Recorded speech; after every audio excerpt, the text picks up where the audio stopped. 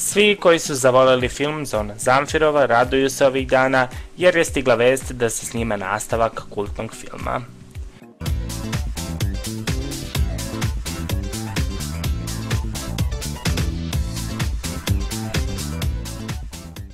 Kultni film Zona Zamfirova dobija svoj nastavak u kome će igrati gotovo celokupna ekipa glumaca iz prvog dela.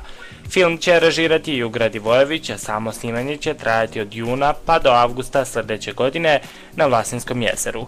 Interesantno je to što će se za potrebe filma na Vlasini graditi na površini od 3 hektara filmski grad koji će nakon završetka snimanja ostati na jezeru kao turistička atrakcija.